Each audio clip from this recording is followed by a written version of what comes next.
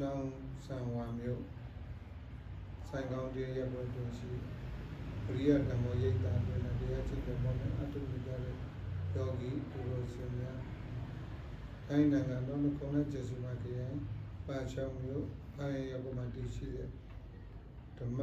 ဝီရောစနာရာမဝေတော်ရိတ်တာတွင်တရားချင်းတဲ့ဘောနဲ့အတုနေကြတဲ့ယောဂီသူတော်စင်များဘုရားရှင်တော်မြတ်ဘုရားဤဆုံးမဩဝါဒအတိုင်းတသွေမတိတ်လိုက်နိုင်ကျင့်သုံးနေထိုင်ရလို့မိမိတို့ရရှိတဲ့ဘဝမှာကောနောင်ဘဝရလို့ရလာတဲ့ခါမှာရောအကောင်းဆုံးဘဝမနေထားမှာရနိုင်ရအောင်အကုသိုလ်တရားတွေကိုပယ်ရှားကုသိုလ်တရားတွေကိုရနေကြတာဖြစ်ပါတယ်အဲ့ဒီကုသိုလ်တရားကိုကောင်းကျိုးပေးမယ်ဆိုတာဒါသိကြတယ်အဲ့ဒီလိုကောင်းကျိုးပေးတဲ့ခါမှာလည်းမိမိဆောင်ရွက်တဲ့ပုံမှာမူတည်ပြီးကောင်းကျိုးအနည်းအများချမ်းသာမှုအနည်းအများပေးမယ်ဆိုတာဒါသိကြတယ်ဒီလိုသိနေပါလေများများပြုလုပ်ဆောင်ရွက်ရင်များများရမယ်များများရရင်များများနေရတဲ့ဘဝမှာချမ်းသာတယ်ဒါကြတော့ဘုန်းကြီးတို့လုံလဝိရိယနဲ့ဆိုင်သွားပြီများများရဖို့ရလုံလဝိရိယရှိရမယ်လုံလဝိရိယမရှိရင်များများမရနိုင်ဘူးတရားအထုတ်တယ်ကိုကတစ်ချိန်တစ်ချိန်ပဲထိုင်တယ်တစ်ချိန်တစ်ချိန်စာပဲရမှာပေါ့တနေ့တာပတ်လက်ပတ်လို့အချိန်ပြည့်အထုတ်တဲ့ပုဂ္ဂိုလ်ကတနေ့တာပတ်လုံးအထုတ်တဲ့အချိန်ပြည့်အထုတ်မှုဟာမိမိရဲ့ဘဝကိုစက္ကန့်နဲ့မိနစ်တိုင်းနာရီတိုင်းရက်တိုင်းလတိုင်းနေ့တိုင်းဘဝတစ်လျှောက်ဘဝတစ်လျှောက်လုံးဓမ္မမုတ်တန်တရားတစ်လျှောက်လုံးအဲ့ဒီကုသိုလ်တွေမကုန်ဘူးရှင်အဲ့တော့ဒီလိုကိုကကြာကြာနာနာအထုတ်တဲ့ကံမှာအကျိုးပေးတဲ့ကံမှာလည်းအပြည့်အဝပေးတော့ဘဝရဲ့လို့ရတဲ့ကံမှာလည်းသူများနဲ့မတူတကယ်ကိုတက်တက်တန်တာနေထိုင်ရတက်တက်တန်တာနေထိုင်ရတဲ့ကံမှာပျော်ရွှင်တာပေါ့မပျော်ရွှင်ပဲရှိပါစားစရာတောက်စရာလည်းအပြည့်စုံနေစရာပိုးစရာလည်းအပြည့်စုံတွားစရာလာစရာရင်ကလည်းအပြည့်စုံသုံးစရာဖြုံးစရာဘုန်းကြီးတို့ပဲဝိจิตနာကလည်းပြည့်စုံပိဋကနေရာပြည့်လည်းမိမိမှာအရွှေရပေါင်းတဲ့နေရာအပြည့်စုံစက္ကန့်နဲ့မိနစ်နဲ့နိုင်တဲ့ပြည့်နေလို့မရှိတော့ဘာကြောင့်လဲကောင်းကျိုးတွေကြီးပဲရတယ်ကောင်းကျိုးတွေကြီးပဲရတယ်ဒီကနေ့ကိုယ့်ရဲ့ပန်းအောင်ကျမှကြည့်တဲ့အခါကျတော့ကောင်းကျိုးရတဲ့ပုဂ္ဂိုလ်တွေရှိတယ်ကောင်းကျိုးမရတဲ့ပုဂ္ဂိုလ်တွေရှိတယ်အများကြီးပဲတွေ့နေရမယ်ဆိုတော့ဒါသိကြတော့အစင်တန်းနေအများကြီးကွာသွားတယ်အဲ့ဒီအစင်တန်းနေအများကြီးကွာသွားတယ်ဆိုကုသိုလ်အကုသိုလ်ကုသိုလ်ရှိတဲ့ပုဂ္ဂိုလ်ကုသိုလ်များများရှိတဲ့ပုဂ္ဂိုလ်ကုသိုလ်အားကောင်းတဲ့ပုဂ္ဂိုလ်ကုသိုလ်လိုလေသေးမရှိတဲ့ပုဂ္ဂိုလ်ချိန်ပြီးကုသိုလ်ရနေတဲ့ပုဂ္ဂိုလ်အဲ့တော့အကုသိုလ်များတဲ့ပုဂ္ဂိုလ်အလယ်လာအကုသိုလ်ရှိတဲ့ပုဂ္ဂိုလ်အကုသိုလ်နေတဲ့ပုဂ္ဂိုလ်သူ့မှာလည်းဒုတိယသူသွားတယ်အကုသိုလ်အချင်းကြီးအာจิตတော့သူ့မှာမကောင်းတဲ့ဘက်ကမကောင်းတာတွေတွေ့ပြီးစိတ်ဆင်းရဲတဲ့နေရာမှာဆိုတော့ဒါဒီအလယ်လာဆိုရင်ဘုန်းကြီးတို့အလယ်လာလာပဲအကုသိုလ်အနေငယ်များလောက်တာတဲ့အနေငယ်များလောက်တလောက်ပဲကိုကအဲ့ဒီအကုသိုလ်အမှုကံကိုကမကောင်းတာတွေကိုခံစားရမှာအဲ့ဒီလိုအသိစိတ်ရှိတဲ့ပုဂ္ဂိုလ်ဉာဏ်ရှိတဲ့ပုဂ္ဂိုလ်ပေါ့လေအကောင်းဆုံးတွေကိုသိတဲ့ပုဂ္ဂိုလ်အကြောင်းကျိုးတွေကိုသိတဲ့ပုဂ္ဂိုလ်အဲ့ဒီပုဂ္ဂိုလ်ကသိမှုတစ်ချက်နဲ့လေကိုကဟောဒီလိုသိထားတဲ့ကံမှာအဲ့ဒီသိမှုနဲ့ပတ်သက်ပြီးမသိတတ်တဲ့မရှိတာကခက်တယ်မသိမှုက မရှိရင်ရှာလို့ရတယ်မသိတော့ဘူးဆိုဘာမှအတော့မဝင်တော့ဒါကြောင့်အသိဉာဏ်ကအမှန်တန်အရေးကြီးတယ်မရှိရင်ဘာပဲလိုက်ရှာချိန်ကြရဘာမှမသိတော့ဘူးဆိုလို့ရှိရင်ဘာမှကိုကောင်းတာတွေမရတော့ဘူးဆိုတာသိရဒါကြောင့်ဒီကနေ့ဗုဒ္ဓသာသနာတော်ကိုအမိပြုပြီးဗုဒ္ဓရှင်တော်မြတ်ဘုရားရဲ့အဆုံးအမဩဝါဒတိုင်းပိဋကသုံးဖို့တဲ့ကဟောကြားခဲ့တဲ့တရားတော်တွေဓမ္မခန္ဓာပေါင်း7,400တောင်တရားဓမ္မတွေကကုသိုလ်အကုသိုလ်ကျင့်ဆုံးကြည့်လိုက်မယ်ဆိုရင်ပြည့်ရှိတာနဲ့မရှိတာဒီနှမျိုးပဲပုံစံမျိုးပြည့်မရှိတာတွေကိုလုပ်မယ်ဆိုရင်အဲ့ဒီပုဂ္ဂိုလ်ဘက်ကလောကီယာကောလောကုတ္တရာယာကောပြည့်စုံပြီးချမ်းသာအပြည့်ရှိတာတွေကိုကလုပ်ပြီးပြီဆိုလို့ရှိရင်ချမ်းသာဆိုတာရှားစရာတော့မရှိတော့ကိုကအပြည့်တွေလုပ်တာပြီးဆိုရင်အဲ့ဒီအပြည့်ရဲ့အကျိုးပေးနေနေရမယ်ဆိုရင်ဘယ်လိုလုပ်ပြီးချမ်းသာနိုင်မှာဒါကြောင့်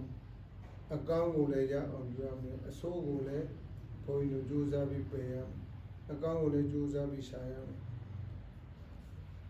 ရှာဖို့လိုပြီလေပယ်ဖို့လိုပြီလေအကောင်းဆိုသိရင်ကိုကပယ်စရာရှိတာကိုပယ်ရတော့မယ်ပယ်စရာရှိတာကိုမပယ်နိုင်ဆင်းရဲမှာပေါ့အကောင်းကိုစုဆောင်ရမယ်မစုဆောင်နိုင်ရင်ဆင်းရဲမှာပေါ့အဲ့ဒါကိုကြည့်ရဒီကနေ့နိမလမှာအကျင့်မှန်ကိုကျင့်ကြပေါ်များအထုတ်နေကြတဲ့ယောဂီများရှေးသူတော်ကောင်းများဤသူရှေးသူတော်ကောင်းများတွားရလမ်းမှာကိုကဘုန်းကြီးတို့ပဲရောက်နေပြီပြင်းနေမယ်ဆိုရင်အဲ့ဒီလမ်းကဘုန်းကြီးတို့ပဲလမ်းကြောင်းတိုင်းမသွားဘူးပြန်နာတာမယ်မသွားရင်လည်းဆင်းရဲမယ်ပြန်နာတိုင်းလည်းဆင်းရဲမယ်လမ်းကကောင်းနေပါလေဒီလိုလမ်းကောင်းတွေ့ဖို့ဆိုတာတက္ကပါရမီဉာဏ်ပြည့်တဲ့ပုဂ္ဂိုလ်တွေမတွေ့ဘူးလေတက္ကပါရမီကောင်းတဲ့ပုဂ္ဂိုလ်တွေကလည်းတွေ့လာတယ်အဲ့တော့တက္ကပါရမီကောင်းတဲ့အထက်မှာကိုယ်ကပါဝင်နေတာလေကိုယ်ကပါဝင်နေတဲ့အခါကျတော့နိမလမ်းမှာအကျင့်မှန်လည်းရပါလေပြင်းကြီးနေမယ်ဆိုလို့ရှိရင်ဘယ်လိုလုပ်ပြရကြတော့ဒီနေရာကကိုကောင်းတဲ့နေရာတို့တက်လန်းနိုင်ပါလေဒါပုဂ္ဂိုလ်အပိဖို့လို့အမပိနိုင်တော့ဆိုတော့ဒါမလို့လုံးလန်းနေဆွဲမလျှော့ပဲအမြဲတင်းထားရမယ်လုံးလန်းနေဆွဲလုံးလန်းဝိရိယကိုပြောတာဆွဲတယ်ဆွဲကဘုရားပေဒစာကြတယ်ဆိုလို့ချင်းနည်းနည်းလေးချက်ပြီးရက်သွားတယ်ဆွဲမကောင်းလို့ခေါ်တာပေါ့သမင်းစားရင်တော့သမင်းပြီးအောင်မစားရင်အတိအောင်ဆွဲမရှိလို့သမင်းကပြီးအဲ့ဒါလိုရှိတယ်ဇွဲမဲ့ချီလို့ဒီကောင်ကအစောကြီးအလုပ်ဆင်းသွားလို့သူရပိုင်ခွင့်မရတော့ဘူးအဲ့ဒါလိုရှိတယ်လေသူတို့ပြောတယ်စောင့်နေရင်တော့သူရတာပေါ့မစောင့်ရင်တော့သူပဲရတော့ပါအဲ့ဒါပြင်းတာလေလုံးလားတော့ဇွဲမဲ့ချီလို့သူဆင်းရဲသွားတာမလျှော့ပဲမလျှော့ဘူးဆိုတာကလည်းဘုံတို့ပြေတာလူကြီးရတယ်မလျှော့ဘူးသိကြတကူမပြီးမအောင်မင်းမရှင်းမလျှော့ကရိယာပရိဟာနေလို့ပြောတယ်ပြုလို့ဆောင်ရွက်ပေါ်ရကိစ္စတွေကိုပြီးစီအောင်ပြုလို့ဆောင်ရွက်မှအဲ့ဒီပုဂ္ဂိုလ်ကအဲ့ဒီအလုံးနဲ့ပတ်သက်ပြီးအကျိုးရမှာလေတမဆိုမရလူဝါဘုန်းတော်ပဲအလုပ်သွားလုပ်တယ်တမတတဲ့7 နာရီကိုလောက်တာ1 နာရီပဲဆိုလို့ချင်း9 နာရီဇာကရဆရာမရှိအောင်မရတော့နန္ဒဘက်မှာလောက်သွားမယ်နေဘက်မှာမလုပ်ဘူးနေပိုင်းဇာမရဘူးပေါ့အာမနာတဘူးလေဘုမမလုပ်တယ်ဘုမလုပ်တော့ဘယ်လိုလုပ်ရတို့နည်းလို့ဆိုပဲတရားထုတ်တယ်လို့အမိခံတာတယ်မိခံပြရကြတော့ဘုန်းတော်ပဲတရားထုတ်တဲ့ပုဂ္ဂိုလ်ပဲသိတယ်ကျန်တဲ့ပုဂ္ဂိုလ်ကသိဖို့ဆိုတာအမှန်တန်ခဲတယ်ကိုကောင်းကောင်းတရားအထုတ်သလားအမထုတ်ဘူးလားကိုပဲသိတယ်ကိုယ်စိတ်တွေပဲရောက်နေတယ်ဆိုကိုပဲသိတာကျုပ်ကမှစိတ်တည်သလားမတည်ဘူးလားဆိုကိုပဲသိတာလေအဲ့တော့ဘယ်လိုသိတာမှလို့ဆိုပြီးဘုန်းတော်ပဲပြောလိုက်သွားမယ်အကျုပ်ကမှရှုစရာရှိပါတယ်မရှုဘူးအဲ့ဒီလိုပုဂ္ဂိုလ်တွေလည်းအများကြီးပဲအမိကလောက်ပဲအဲ့ဒီအမိကနဲ့မှကိုယ်မပါဖို့အရေးကြီးဘုရားဝတ်တဲ့ဘုရားဘုံမှာစိတ်ရအောင်မယ်လေအချိန်ပြည့်စိတ်ရအောင်စိတ်မရဘူးဆိုရင်ဘုရားဝတ်ပြုတယ်လို့ဘယ်လိုလုပ်ပြီးပြောလို့ရဘုရားတဲ့ဆောက်တည်ကျင့်သုံးတယ်လေတိတ်ကပုဒ်တွေကိုဘုန်းတော်ပဲမညှိုးလျှောက်သွားရအောင် မကျူးလို့မရအောင်ကိုယ်ဆောက်ကြတော့မလို့မဆောက်ကြဘူးဆိုရင်ဒီလိုက်ယူတယ်လို့ဒီလိုက်ယူတက်တက်ပဲရှိတယ်မဆောက်ကြကြပဲသူဘယ်လိုလုပ်ပြရကြတော့ကိစ္စတခုမပြီးစီမအောင်နေတဲ့ကောင်ဘယ်လိုလုပ်ပြီးချမ်းသာမှုရမှာလဲဒီလားနဲ့ပတ်သက်သမထဘာဝနာနဲ့အတူတူပဲဝိပဿနာဘာဝနာအတူတူပဲမဉ္ဇဉ်ဘုံနဲ့နိဗ္ဗာန်ချမ်းသာကိုရဖို့ရနိုင်တဲ့အရှိန်လေးရှိနေပါလေပြေးပြီးအမတုတ်တဲ့ကဟိုသူများသိတာမလို့ဟောတွားထိုင်လေးပဲထိုင်နေစဉ္ညာကြောင့်ရင်လည်းအမှတ်ပုံမှာစိတ်ရောက်ချင်မှရောက်အမှတ်မပါပဲနဲ့တွားကျင်တွားနေစားတဲ့တောက်တဲ့ကလည်းဒီတော့ဘယ်လိုသိတာမလို့မမဘယ်နဲ့နေဘယ်လိုလုပ်ပြီးတိုးတက်မမဘယ်နဲ့နေဘယ်လိုလုပ်ပြီးကိရိတာငြိမ်းမှာဒါအရေးကြီးဆုံးပဲဘုရားပဲကိုလုပ်တဲ့ပုံမှာပိုင်ပိုင်နေနေလုပ်နိုင်တယ်ဆိုရင်ပိုင်ပိုင်နေနေလုပ်နိုင်ခြင်းအပြင်အဲ့ဒီပုဂ္ဂိုလ်ဟာမစင်းရတော့ချမ်းသာတဲ့ပုဂ္ဂိုလ်ကြီးပိုင်ပိုင်နေနေလုပ်တယ်နားစားချင်းနားလိုက်လူသိတာမှလို့ပြင်းတဲ့ပုဂ္ဂိုလ်ကတော့ရေသာကိုပြီးလိုက်နေတယ်ရေသာကိုပြီးလိုက်နေလို့စင်းရနေတာပေါ့ဒါမှမဟုတ်လုံးလန်းနေဆိုမလျှော့ပဲအမြဲတင်းနေတာအမြဲတင်းနေတာဆိုတာလေဝိရိယပဲလေဘုံလို့ပဲမလျှော့ပြဘူးအမြဲတင်းနေတာမပြီးမချင်းဒီလက်ဆုပ်တာလေဆိုမပြီးမချင်းကလက်ကိုမဖြတ်တော့ဘူးတရားထုတ်တဲ့ယောဂီပုဂ္ဂိုလ်လည်းဒီတိုင်းပဲတမန်ကိုပြီးထိုင်နေတယ်ထိုင်တဲ့အချိန်ဒီဝေဒနာကိုမပြောင်းမချင်းကမထားတော့အဲစဉ္ညာလျှောက်တဲ့ဒီစိတ်ထွက်မှုတကားလည်းမငြိမ်မချင်းငါစဉ္ညာပဲလျှောက်တော့ထိုင်လည်းမထိုင်တော့ကြက်လည်းမရတော့စားလည်းမစားတော့အိတ်လည်းမအိတ်တော့အဲ့ဒါတော့အဋိဋ္ဌံပြရကြတော့ဆောင်ရွက်သွားမယ်ဆိုလို့ချင်းအဲ့ဒီဘက်ကမရစရာပဲအကြောင်းရှိပါခြေကိုရန်တော်လေးတစ်ပါးဟိုရန်တာမဖြစ်မရှင်းဆုံးမခံဘူးဆိုတော့ဒါလည်းအားထုတ်လိုက်တယ်ဒီမုံမတိမ်လွှမ်းခင်မဲ့ဘုလိုပဲရန်တာဖြစ်သွားတယ်ဟိုရဲ့အဋိဋ္ဌံကအဲ့ဒီလိုပဲဒီကနေ့တရားကျင့်ကြံပုံများအထုတ်နေကြတဲ့ဝိရိယဓမ္မရိတ်တမှာရှိတဲ့ယောဂီများဓမ္မဝိရောဇနာဓမ္မဝိရောရိတ်တာဒီမှာတရားကျင့်ကြံပုံများအထုတ်နေကြတဲ့ယောဂီများဟိုမလဲအောင်စားပြီးတဲ့တရားထိုင်နေတဲ့နေဆုံးဘုလိုပဲမရမချင်းကမထားတော့ဘူးနေအောင်မှတ်မယ်နေအောင်မှတ်မယ်ဝေဒနာလာဝေဒနာကိုမှတ်မယ်စိတ်တွေရင်စိတ်တွေတော့မှတ်မယ်အကုန်လုံးစုစည်းမယ်မှတ်ပါများတဲ့အခါကျစိတ်ကနေကြမသွားနိုင်တော့ဘူးစိတ်မိုင်တော့ဆိုတဲ့တတိကျိုးနဲ့မတိုးရုံနဲ့အာရုံခိုင်ရှိရလိခိုင်ရှိတဲ့စိတ်မှသွားပြီးသူအတ္တိအစွမ်းရှိရုံးရဲ့ကြည့်ရုံရဲ့ကြည့်ကမရပါမမောကရတဲ့ရုံးမတဲ့ဒီလေဒီရင်တဲ့ရတာတီးနေတာကစိတ်တော်ဝိတ္တုတမာတိရရှိတယ်တော့ဒီစိတ်တော်ဝိတ္တုစိတ်စင်ကြယ်မှအမှန်ကိုမြင်နိုင်တယ်လေစိတ်ကိုမစင်ကြယ်အမှန်ကိုမြင်နိုင်စိတ်မိုက်နွားဆိုနဲ့ပါနဲ့တူစိတ်နဲ့တူတတိယပါနဲ့တူကျိုးနဲ့တူမတိုးရုံနဲ့အာယုံတိုင်းနဲ့တိုင်နဲ့ပါနဲ့တူတယ်လို့ဆိုရင်ဘုရားဘေးမျက်စိနာနာလျာကိုစိတ်အာယုံနဲ့တူတယ်အစင်အနတ်အတန်အရသာအတွေ့အထိအဲ့တော့ဒီနေရာလေးမှာကြည့်မယ်ဆိုလို့ရှိရင်ဘုရားဘေးစက်ကပါနဲ့တူစက်ခုနပြောခဲ့တဲ့နွားမိုက်နဲ့တူတယ်အဲ့ဒီနွားကတကယ်ကိုသူနဲ့တွေ့တဲ့ခွေးတော်မှလေအဲ့နွားကိုတွေ့ပြီဆိုရင်ကြိုးကောင်းကောင်းနဲ့ရှိတိုင်ကောင်းကောင်းမှရှိတယ်လေတိုင်ကောင်းကောင်းမှရှိတယ်အဲ့တော့တိုင်ကောင်းကောင်းရှိတာပဲသူယုံကြည်ပါပဲကျိုးကမကောင်းလို့ပြတ်သွားမှာပဲပြတ်သွားပြီဆိုဒုက္ခပြီးတော့မှာပဲတိုင်မကောင်းလို့လည်းတိုင်ကျိုးသွားရင်ဒုက္ခပြီးတော့မှာဒီတော့ကျိုးကလည်းကောင်းအောင်တိုင်လည်းကောင်းအောင်ယုံ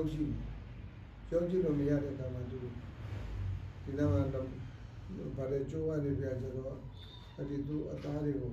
စားသွားမယ်ဆိုတာဒါသိကြတယ်နာနုမှာဒုက္ခပြီးတော့မယ်ဆိုတာဒါသိကြတယ်အဲ့တော့ယုံလည်းယုံကြည်တယ်တမန်တော်လုံးယုံကြည်တယ်တနေ့ကုန်ယုံကြည်တယ်ယုံကြည်လို့မရတဲ့အခါကျတော့သူလည်းအသက်ရှိတဲ့တော်ပဲမမောပဲရှိပါမောသွားတယ်တိုင်လည်းကောင်းနေတာကိုကျိုးကလည်းကောင်းနေတာကိုကျိုးကလည်းနိုင်တော့ကျိုးချီချိုးလေးနဲ့တေးသေးလေးနဲ့ ရှိသားမယ်ဆိုကြိုးပြတ်သွားပြီးဒုက္ခပေးတော့မှာပေါ့လူတွေ့လည်းခွေးတော့မှာပေါ့နွားတွေ့လည်းနွားအချင်းချင်းခွေးတော့မှာသူများရာခိုင်နေလည်းဖျက်ဆီးတော့မယ်ဆိုတာဒါသိကြအန္တရာယ်ပြုတော့မယ်ဆိုတာဒါသိကြလူတွေတိုင်းတိုက်ခွေနေပြီဆိုရင်အခွင့်ခံတဲ့ပုဂ္ဂိုလ်တွေတရားစွဲမှာပေါ့ရောချစ်တော့မှာပေါ့အဲ့ဒီနွားကြောင့်နွားပိုင်ကြလည်းဒုက္ခရောက်ပြီဆိုတာဒါသိကြထိုနည်းတူသောပဲဘုရားပိဋကမိမိရဲ့စိတ်ကအချုပ်အပေါ်မှာစိတ်မတည်ပဲတဲ့တခါတဲ့စိတ်ကြီးပြတ်သွားတယ်အပေါ်မှာသွားပြည့်တဲ့ဝက်ကတ်နေမယ်ဆိုတော့ကကြအပြည့်အဲ့ဒီပုဂ္ဂိုလ်ဆင်းရဲပြီးဆိုတာသိကြတယ်ဒေါဘတနာကြောင့်ဘဝတည်တည်ပြီးဆင်းရဲတယ်ဒေါသကြောင့်လည်းအဲ့ဒေါသကိအားပြီးကြတယ်လေအရေးကြတော့လို့ဆိုတာဒါသိကြတယ်ဒါကြောင့်ကိုယ်စိတ်ကိုမနိုင်ဘူးဆိုရင်ဆင်းရဲပြီးဆိုတာဒါသိကြတယ်ကိုယ်စိတ်ကိုနိုင်ဖို့ရတဲ့ဘုရားရှင်တော်ကိုပြရတာခရကပြောလို့အာယုလူပါယုတတ္တံကနာရတ္တယုဘုဒ္ဓဘာယုဓမ္မယုဖြစ်ပေါ်လာတဲ့အစင်းပေါ်ပါလေဘုရားပဲမြင်းနေကြာနိုင်ဆိုင်စားတွေတွေ့တည်တဲ့သိရင်သိတဲ့သဘောအနေထားအပြင်ဖြစ်ပေါ်လာတဲ့အောင်တိုင်းမှာဘယ်အာယုမဆိုကိုယ်ကထိန်းသိမ်းစောင့်ကြောက်နိုင်တယ်ဆိုရင်ကိုယ်အနေရမှာပေါ့ဒါမလို့စိတ်မိုင်နွားဆိုတဲ့တတိကျိုးနဲ့မတိုးယုံနိုင်အာယုတိုင်းခိုင်ရှိရပြီကိုယ်တမာတိတရားတွေအကောင်းပြီဆိုရင်ဘုရားပြောခဲ့တဲ့စိတ်တော်ဝိတုဒ္ဓိစိတ်ကလည်းရှင်းတယ်ဆိုဓမ္မမတမတွတ်တော်မှာဖြစ်မှုပြမှုကိုတွေ့မှာဓမ္မမတမဖြစ်မှုပြမှုကိုတွေ့မှာဖြစ်မှုပြမှုတွေ့နိုင်အောင်လဲကိုယ်ကစိတ်ငြိမ်အောင်လုပ်ထားပြီလေကိုယ်စိတ်ကိုဖန်ထားပြီလေကိုယ်စိတ်ကိုထိမ့်သိမ့်ထားပြီလေဘာနဲ့ထိမ့်သိမ့်ထားပြီရှုမှတ်မှုနဲ့ထိမ့်သိမ့်ထားရှုမှတ်မှုမလုပ်ဘူးလေမလို့အောင်ကိုပဲဘုံပြပိဋကစိတ်စိတ်မှတ်တယ်စိတ်ဆက်ဆက်မှတ်တယ်စူးစပ်ပြီးမှတ်တယ်မလွတ်တတ်မှတ်တယ်အဲ့တော့ဘယ်လိုလုပ်ပြီးဘုံပြပိဋကစိတ်ကထွက်လို့ရဒါသူထွက်ကြရတော့ပါလို့ဘုံပြပိဋကစိတ်လိုချလွတ်ပြလိုက်လို့ပြန်ကိုမလာတော့ဆိုတာဒီကြအဲ့ဒီတော့ယောဂီမြေခံပြရကြတော့ကိလေသာတွေနှိမ့်ဆက်ခံပြီးမကြခင်မှာပဲအဲ့ဒီယောဂပြေးတော့တာတရားမတွေ့တော့ဘူးလေတရားမသိတော့ဘူးလေအဲ့ဒီအောင်เนี่ยသူ့ကိုနှိမ့်ဆက်ပြီးလေနှိမ့်ဆက်လို့ပဲပြေးရတော့အဲ့အောင်เนี่ยမနိုင်တာမရှုမပွားအမထုတ်လို့မနိုင်ဘူးရှုပွားပြီဆိုရင်တော့နိုင်တော့တာပဲလေနိုင်ဘူးဆိုတာမရှိဘူးဒါကိုယောဂီသဘောပေါက်တာဒီတိုင်းလေးနေုံနဲ့ကိလေသာမငြိမ်းဘူးလေရှုမှမှငြိမ်းပါလေရှုမှမှငြိမ်းမှာပေါ့ရှုမှပဲပဲငြိမ်းနွားရိုင်းဒီလိုက်တာတယ်ဆိုရင်အကုန်နောက်ချက်တော့မှာကျိုးနဲ့တိုင်ကောင်းမှရှိတာဆိုရင်ဒုက္ခမပေးတော့ဘူးဆိုတာဒါသိကြဘယ်တော့ပဲဆိုသူယုံကြည်မယ်ယောဂီလည်းဒီတိုင်းပဲဘယ်တော့ကြည့်ပဲအာရုံတွေများခဲ့ရှုမှတ်မှုကလည်းအားကောင်းတယ်ဆိုရင်သူထွက်ကြည့်မယ်လေထွက်လို့မရဘူးထွက်ပြီးဆိုရင်ထွက်တယ်သိတယ်နောက်ကတခါလေးတမတ်တယ်လိုက်မှတ်နေတဲ့အခါကျတော့သူထွက်သွားလဲဘုံတို့ပဲချက်ချင်းပဲပြန်ရောက်တယ်ဘာပဲဖြစ်ဖြစ်အမှတ်ကနိုင်နေအဲ့ဒီအမှတ်နိုင်အောင်လဲကိုယ်ကကြိုးစားရတယ်စိတ်ကမလွတ်ထားဘူးမလွတ်ထားဘူးအောင်ပေါ်မှာစိတ်ကရောက်တယ်ဓာတ်ကနေမှတ်ပြီးသားဖြစ်တယ်ဒါမလို့ယုံကြည်မယ်ယုံကြည်မရရင်ဒီနေ့မှာမောပြီးရသွားတယ်ထွက်ကြည့်မယ်အမှတ်ကနိုင်နေတဲ့အခါကျတော့ထွက်တဲ့စိတ်ကထွက်လို့မရတော့မထွက်နိုင်တော့ရှုမှတ်မှုအကောင်းအဲ့တော့မထွက်တော့ဘူးဆိုလို့ချင်းအဲ့ဒီပုဂ္ဂိုလ်သမာဓိရသွားစိတ်ငြိမ်သက်သွားတော့အမှန်မြင်သွားတယ်အမှန်မြင်သွားတယ်ခံကြကြည့်တဲ့စိတ်မှန်နွားတည်တယ်သူအတ္တတွေစွန့်ကြည့်ရုံးရွယ်ကြည့်ရုံးရွယ်ကြည့်ကမရပါဘူးကျုံးလိုက်ပြီးနာနုတွေလည်းနာကိုမရတော့ဘူးနည်းနည်းကိုအထိမခံတော့နည်းနည်းလေးတင်းလိုက်တဲ့ပဲသူကနာပြီတဲ့ခါကျတော့သူမယုံတော့ငြိမ်သက်သွားတယ်အဲ့တော့သူမရိုင်းတော့ကြောက်ရလဲဒီတိုင်းပဲတခါနဲ့လာတယ်အကုန်မအမကပဲနိုင်သွားပြီအမကနိုင်သွားပြီဆိုလို့ရှိရင်သူကနိုင်တယ်ပေါ့စိတ်ကနိုင်သွားပြီစိတ်အလုပ်ပဲလေဘယ်လိုလုပ်ပြီးလောဘဒေါသမောဟကိလေသာဖြစ်တော့တော့မှမထွက်တော့မနဲ့လောဘဒေါသလူချင်းတဲ့လောဘတဏှာလည်းဘုန်းကြီးငြိမ်သက်သွားပြီအမကနိုင်သွားပြီတောင်းလို့ဒိဋ္ဌိတမတဘုရားတည်းမြင်ကများလေးကိုအဆုံးသတ်နိုင်အောင်ကြိုးစားအဲ့ဒါလို့ဆုံးမတော့ဘူးတင်းလည်းတည်တဲ့အတရားပဲဘုန်းကြီးပဲ ဝိညာဉ်တူဝိညာဏမတ္တဘဝေတသူတိတုတ္တမတ္တဘဝေဒါနဲ့အရောကိုမှကြားသမျှအရောကိုမှနာသမျှအရောကိုမှစားသမျှအရောကိုမှတွေ့တည်တဲ့အမှန်တရားအကုန်မှသဘောတရားတွေကိုသိတဲ့နေတာပဲတွေးကြအကုန်လုံးမှဘယ်အာယုံမဆိုအကုန်လုံးဘုန်းကြီးတွေအာယုံနဲ့ပတ်သက်ပြီးကျွန်တော်ငြိမ်ကြသွားတယ်အဲ့ဒီငြိမ်ကြသွားတာကိုပဲဘုန်းကြီးသမာဓိရတယ်လို့သမာဓိရသွားပြီဆိုလို့ရှိရင်ဝိပဿနာဉာဏ်ဖြစ်ရမဉာဏ်ဘုံဉာဏ်ရဖို့ရရှိဥစွာဘုန်းကြီးတွေပုပ္ပဘာကမဲရှေ့ပြမဲ့ပေါ်ဘုန်းကြီးတွေအရိယာမဂ်ခင်အရိယာမဲ့ရဖို့ရပုပ္ပဘာကမဲရှေ့ပြမဲ့လို့ခေါ်တာပဲအဲ့တော့အစကောင်းရင်အဆုံးလည်းကောင်းလို့အစမကောင်းရင်အဆုံးလည်းမကောင်းတော့တောင်းလို့ပေါ့ချုတရားမှတ်တဲ့ပုဂ္ဂိုလ်ကြီးပြီးဆုံးအောင်ဘယ်တော့မှအမတူဟိုနာပေါ့ချုဟိုရိတ်တာသွားလိုက်ဟိုရိတ်တာသွားလိုက်ရိတ်တာလဲတဲ့သဘောဖြစ်သွားရင်တော့ကြတယ်တရားတကယ်လို့ကျင့်နေဆိုရင်နိမလာမှကျင့်မှန်ကိုပြတဲ့ရိတ်တာကိုရှာအချိန်ပြတဲ့အာထုံလို့ရတဲ့နေရာကိုရှာတရားစစ်မင်းမြန်ပေးတဲ့ပုဂ္ဂိုလ်ရှိတဲ့နေရာရှာတရားမရဘုံဝင်နိဗ္ဗာန်မြင်တဲ့တရားတွေကိုဟောပေးနိုင်တဲ့ပုဂ္ဂိုလ်ကိုရှာဒါဆိုရင်အဲ့ဒီယောဂီကဘုရားဝိဒ္ဓမဉ္ဇဉ်ဘုရားနိဗ္ဗာန်ချတာကိုရပြီပေါ့ဒီကနေ့ဘုရားဝိဒ္ဓဓမ္မဝိရောဇနာရမဝေရောဂိတ္တမှာတရားကျင့်တဲ့ပေါ်မှာအတုတဲ့ပုဂ္ဂိုလ်တွေဘုရားရှင်တော်မြတ်ဘုရားအဆုံးမဩဝါဒတရားတွေကိုလည်းနေ့စဉ်နဲ့အမြနာယူမှတ်သားရတဲ့တရားလည်းစစ်ပေးနေတဲ့ဘုရားဝိဒ္ဓ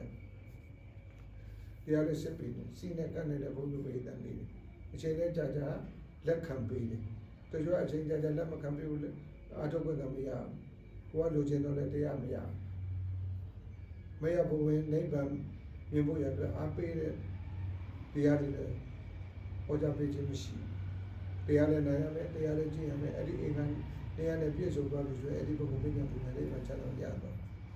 ပစ္စည်းတော့ပေးပါရဲ့ခံယူစရာဘုံတို့ရေးပေးတယ်ဆိုရင်ခံယူစရာခွက်ကမရှိဘူးဘယ်လိုလုပ်မရပစ္စည်းတွေပေးတဲ့ဘုံတို့ပဲထည့်စရာတောင်းမရှိဘူးဒါမှမဟုတ်ဖားမရှိဘူးအရာဝတ္ထုတစ်ခုမရှိဘူးဆိုရင်အဲ့ဒီပုဂ္ဂိုလ်ဘယ်လိုလုပ်ပြီးဖြစ်နိုင်တယ်ဆိုပြီးလို့အနေငယ်ပဲရမှာပေါ့လုံကြုံအဲ့ရှိမှထည့်ပြီးကြတော့ဘုရားဝိဒ္ဓယူသွားအန္တရာယ်မပြုတော့အာချုံဝင်နေပြလိုက်တဲ့ဆိုရင်လက်နဲ့ဆွဲသွားတယ်ဘေးမှာတကယ်ရောက်သွားလို့ဟိုနားရောက်ဘုရားဝိဒ္ဓသိပါပေါ့ဗျာသူများတိုက်မမြင်အောင်လျှို့ဝှက်ပြီးယူရမယ်အရာတွေဒါကြောင့်မလို့ယောဂီရလည်းကိုအာထုတ်တဲ့တရားကိုလျှို့ဝှက်ဘုရားဝိဒ္ဓအာထုတ်ရတယ်သူများသိဖို့မဟုတ်ဘူးကိုယ်တိုင်သိဖို့ကိုယ်တိုင်ကိလေသာငြိမ်းဖို့သူများနဲ့ကိုယ်နဲ့မပတ်သက်ဘူးဘုရားဝိဒ္ဓကိုယ်ပိုင်ဥစ္စာအစ်စ်ပဲဘုရားဝိဒ္ဓသူများအကုလို့လည်းကိုရမှာမဟုတ်တရားပြတဲ့ဘုန်းကြီးအာသွားကိုလည်းမရဘူးဘုန်းကြီးပဲတဲ့ကိုအထုံးမှကိုရတရားထုတ်တဲ့ဘုန်းကြီးတရားပြပေးလို့မရှိတရားသွားအကုလည်းဒီတိုင်းပဲဘုန်းကြီးပဲတဲ့ဘုရားကလမ်းပဲလို့ပြောဘုရားတော့ပေးလိုက်ကြပြီတရားပေးတာဘုန်းကြီးလည်းတရားပေးနေတာပဲကိုကလက်ခံပြီးယူမှခုနကပစ္စည်းပဲပေးရေပဲပေးခွက်ကလေးယူရခွက်တဲ့ထည့်ရလက်တဲ့လို့တခဏမရမှာထွက်ကြတော့ကတိကတပြောတယ်ဆိုရင်တော့ဖြစ်နိုင်စရာအကြောင်းရှိတာဒါကြောင့်မလို့ဒီနေ့တရားကျင့်ကြပုံနဲ့အတုတဲ့ပုဂ္ဂိုလ်ဘုရားရှင်တော်ရဲ့အဆုံးအဝါဒတဲ့နိမလမကျင့်မှလို့ရတာပြီနိမလမကျင့်မှလို့ရပါလေအတ္တမှုနည်းနေဘယ်လိုလုပ်ပြရကြတော့မင်းညာဘုရားနိဗ္ဗာန်ချတာကိုရောက်နိုင်ပါလေမရောက်နိုင်ဘူးမရောက်နိုင်ဒီတော့အတ္တမှုကအရင်အရေးကြီးသွားတယ်အတ္တမှုပဲပြောနေရတယ်ရှေ့ကိုတိုးဖို့ရတယ်နောက်ပြန်မဆုံးနဲ့ရှေ့သာတိုးမတ်တမတ်တိုးရင်မတ်တမတ်အတွက်ရှေ့ရောက်သွားပြီ10မတ်တိုးရင်10မတ်ရောက်သွားတဏှာကြီးတိုးရင်တဏှာကြီးရောက်သွားပြီဒါကိုမှတောင်းရှိသွားပြီဆက်စပ်မှုတွေအကောင်းတွေမြန်ဘုံတွေပဲတဲ့နိဗ္ဗာန်ကိုရောက်ပြီမိစားကောင်းရင်မိရှို့ရင်အဲ့ဒီလောင်စာတွေခဏနဲ့ကုန်သွားလောင်စာမကောင်းဘူးဆိုလို့ဆိုမလောင်ဘူး အမှန်မကောင်းရင်တရားမရနဲ့တရားမသိနဲ့ကိလေသာမငြိမ့်နဲ့ဒီလောက်သိရင်ကိုပဲဘုန်းကြီးပိဋကကိုယ်မှအလုံးလုံးဖို့ပဲလို့အလုံးလုံးနိုင်လို့ဆိုရင်တရားရတော်ကြီးစီဝါရှာတဲ့ပုဂ္ဂိုလ်လမ်းနဲ့ညွန်လိုက်တယ်ဒီလိုလုပ်ဆိုခိုင်းတဲ့တော့လုပ်လိုက်ကြတော့သူ့မပြည့်စုံသွားချမ်းသာသွားခိုင်းတဲ့မလုပ်နိုင်ဘူးဆိုရင်တော့ဘယ်လိုလုပ်ပြရအစာမင်းမွဲတာမှာမင်းဒီမိကုန်းတော်လေးပါတယ်ဗျာရောင်ကျက်သွားတဲ့ပုဂ္ဂိုလ်ကတခါတည်းပါတယ်တိုင်းကလည်းဟိုမှာတခါကောက်ရေးလိုက်တယ်အောင်သွားပြီဟောပါပါတယ်လို့ပြောနေပါလေသူမချက်ဘူးလေဖြေတော့လည်းသူမရဘူးလေပြောထားပြီးသားပဲကုရတီတိုင်းပဲရှေ့ကလမ်းကြောင်းထားပြီးသားပဲဒီလိုအတွေ့ဒီလိုမဲ့ညာပုံညာနိဗ္ဗာန်ချမ်းသာကိုရသွားတယ်ပဲဒီလောက်လမ်းညွန်ထားပါလေအမထုတ်ရင်အမထုတ်သူရဲ့သူကြောင့်ကိလေသာလည်းမငြိမ်းဘူးအပေငယ်ကမလွတ်ပေငယ်ကမလွတ်ဒါကြောင့်ဓမ္မကံပါရမီဆိုတာအလုပ်ခုနဓမ္မရင်ဓမ္မပါရမီဖြစ်သွားပြီဆေမမရင်ဆေမပါရမီဖြစ်သွားတယ်တဏှာမရင်တဏှာပါရမီဖြစ်သွားတယ်ပါရမီဆိုတာမြင့်မြတ်တဲ့ပုဂ္ဂိုလ်တို့ရဲ့အလုပ်မြင့်မြတ်တဲ့ပုဂ္ဂိုလ်တွေအလုပ်ကိုကိုကလုပ်နေပါလေဘာလို့ပြင်ရမလဲပြင်ဖြစ်ပြီပေါ့မဖြစ်မဲ့ပဲရှိတော့ဖြစ်ပြီဆိုရင်အတော့မကြတော့ဘူးလို့ပြောတာအဲ့ဒီယောဂီအတော့မကြတော့အဲ့ဒီလူအတော့မကြတော့အဲ့ဒီသာသမီအတော့မကြတော့ပြင်းလို့ဖြစ်သွားတယ်မပြင်းတဲ့ပုဂ္ဂိုလ်ထိတ်တန်းရောက်သွားဖြစ်တဲ့ပုဂ္ဂိုလ်အောက်ကိုကျန်နေခဲ့ထိတ်တန်းကိုမရောက်တော့တက်ကိုတက်မလန်းနိုင်တော့ဘူးဘုရားမေးတယ်လေရင်ပြက်နေပါတယ်ဆိုတာကောင်းကင်ဘယ်လိုလုပ်ပြီးတက်လို့ရမှာလေရင်ကောင်းမှကောင်းကင်ကိုပြန်လို့ရမှာအဲ့ဒီဥပမာနည်းတူပဲဒါကြောင့်ဒီကနေ့ဘုရားဓမ္မရိပ်တမတရားကျင့်ကြံပေါ်များအထုနေကြတဲ့ယောဂီပုဂ္ဂိုလ်များဓမ္မဝိရောဇနာမှာဝိရောရိပ်တာအတွင်းမှာတရားကျင့်ကြံပေါ်များအထုနေကြတဲ့ယောဂီများဘုရားရှင်တော်မြတ်ဘုရားရဲ့ဆုံးမဩဝါဒနဲ့ဒီကနေ့ကာယဝတ္တနာစိတ်ဓာတ်မှာလည်းကိုယ်ဆိုရတဲ့တတိပဒဝိပဿနာအထုမှုနိမလမှာအကျင့်မှန်ကိုရနေပါလေရဲ့မပြည့်မရကြိုးစားအထုသူမှန်တယ်မြတ်မဉ္ဇဉ်ဘုရားနိဗ္ဗာန်ချမ်းသာကိုရမယ်ဆိုတာတတိချက်ကိုတိုင်းဆုံးဖြတ်ချက်ပေးနိုင်ကိုတိုင်းဆုံးဖြတ်ချက်မပေးနိုင်သေးဘူးဆိုရင်သူရဲ့အထုမှုဟာနိမလမှာအကျင့်မှန်ပဲလို့အထုမှုမပြည့်စုံတဲ့အခါမှာကရိယာပရိဟာနိမရနိုင်ဘူးဆိုတာဒါသိကြဒါကြောင့်လုံးဝနဲ့ဆိုမလျှော့ပဲအမြဲတင်းတာအဲ့ဒီဝိရိယအရာရာတွေအသုံးဝင်အောင်မြင်ကြောင်းတရားအောင်မြင်နိုင်လို့မရှိအောင်မြင်နိုင်လို့မရှိအောင်မြင်သွားမယ်ဆိုတာဒါသိကြဒါကြောင့်အောင်မြင်ရအောင်ပုဂ္ဂိုလ်တိုင်းဆက်လက်ပြီးကြိုးစားပွားများအထောက်ကြဖို့တိုက်တွန်းမိန့်ကြားရင်ဩဝါဒတရားကိုဤမြတ်လည်းပဲဒီကုန်းရှုပ်လိုက်ပါလေ